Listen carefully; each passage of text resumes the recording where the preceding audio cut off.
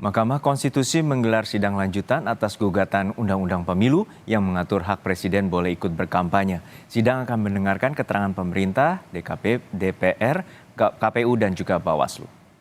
Sidang dijadwalkan berlangsung pukul setengah 11 siang di ruang sidang panel 1 Mahkamah Konstitusi.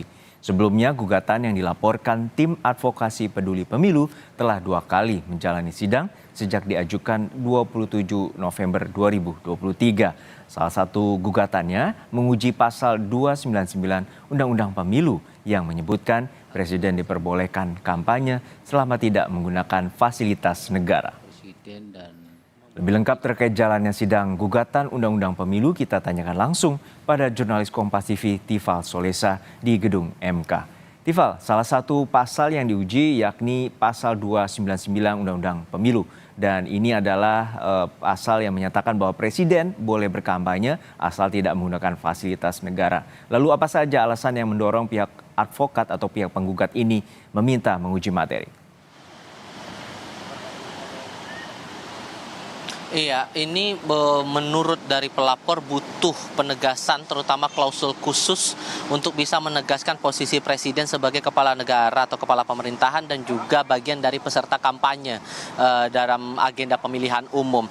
Dari permintaan mereka disebutkan bahwa ada harapan sebetulnya dari pelapor agar klausul pada pasal 299 ayat 1 ini menjadi berbunyi seperti ini permohonannya.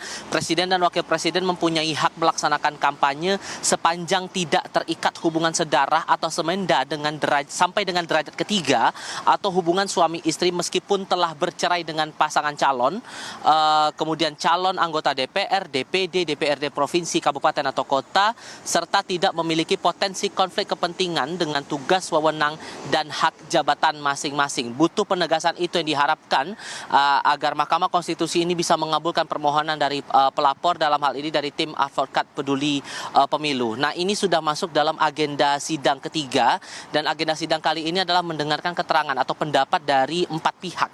Baik itu dari pihak Presiden, kemudian DPR RI, lalu juga ada Komisi Pemilihan Umum dan juga Bawaslu.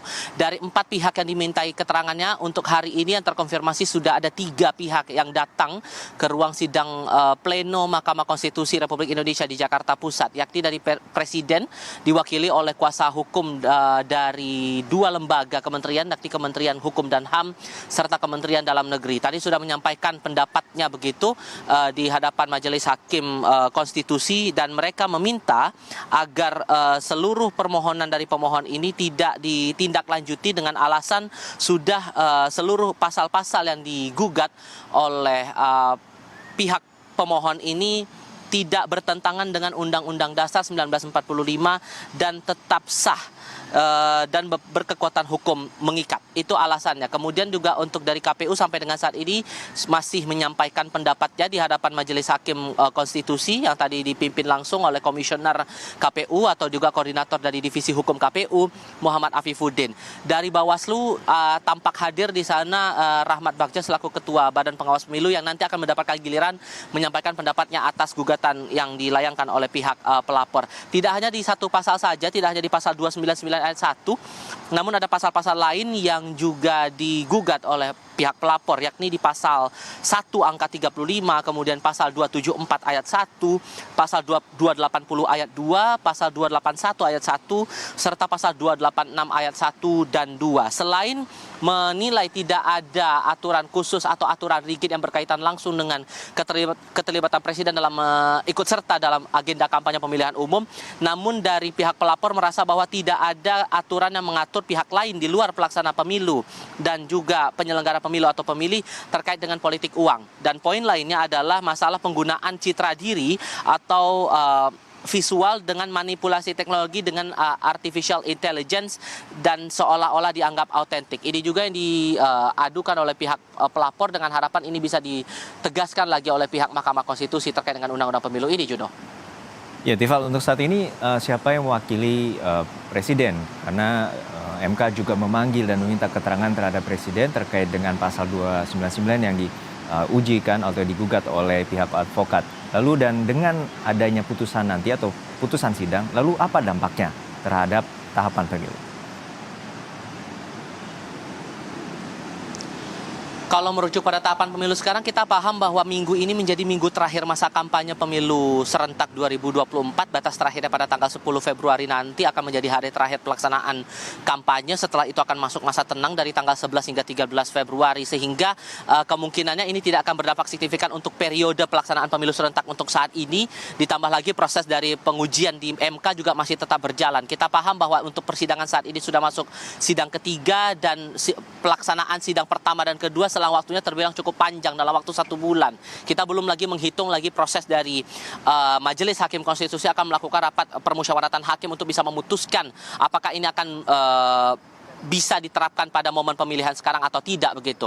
Tapi kalau kita juga merujuk dari penyampaian yang disampaikan oleh perwakilan presiden dalam hal ini dari kuasa hukum 2 lembaga, yakni Kementerian Dalam Negeri dan juga Kementerian Hukum dan HAM yang tadi disampaikan langsung oleh pelaksana harian Dirjen Politik dan PUM Kemendagri Togap Simangunsong. Ia menyampaikan bahwa sebetulnya dalam gugatan-gugatan yang dilayangkan oleh pihak pelapor ini dianggap beberapa poin ini sudah cukup tegas dan sudah cukup rigid begitu. Ada beberapa dalil yang kemudian disampaikan atau keterangan pendapat yang disampaikan oleh Togap Simangunsong mewakili Presiden Republik Indonesia yang berhubungan langsung dengan pasal-pasal yang digugat ini.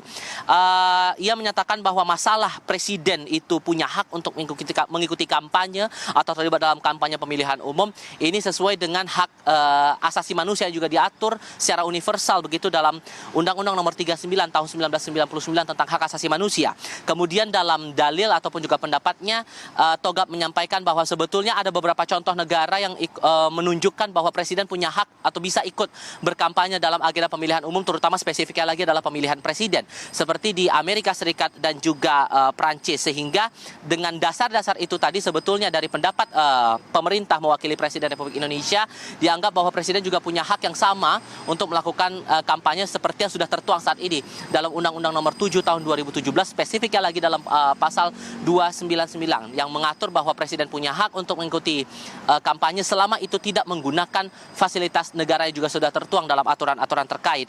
Dan ia juga menekankan bahwa beda sebetulnya antara peserta pemilu dengan peserta kampanye, sehingga ini yang perlu dipertegas lagi ataupun juga yang sudah dijelaskan bahwa sebetulnya masalah siapa yang berhak melakukan kampanye dan batasan-batasan apa saja dianggap oleh pemerintah ini sudah tertuang dan sudah termaktub dalam undang-undang yang berlaku saat ini, Undang-Undang Nomor 7 tahun 2017 tentang pemilihan umum. Judo.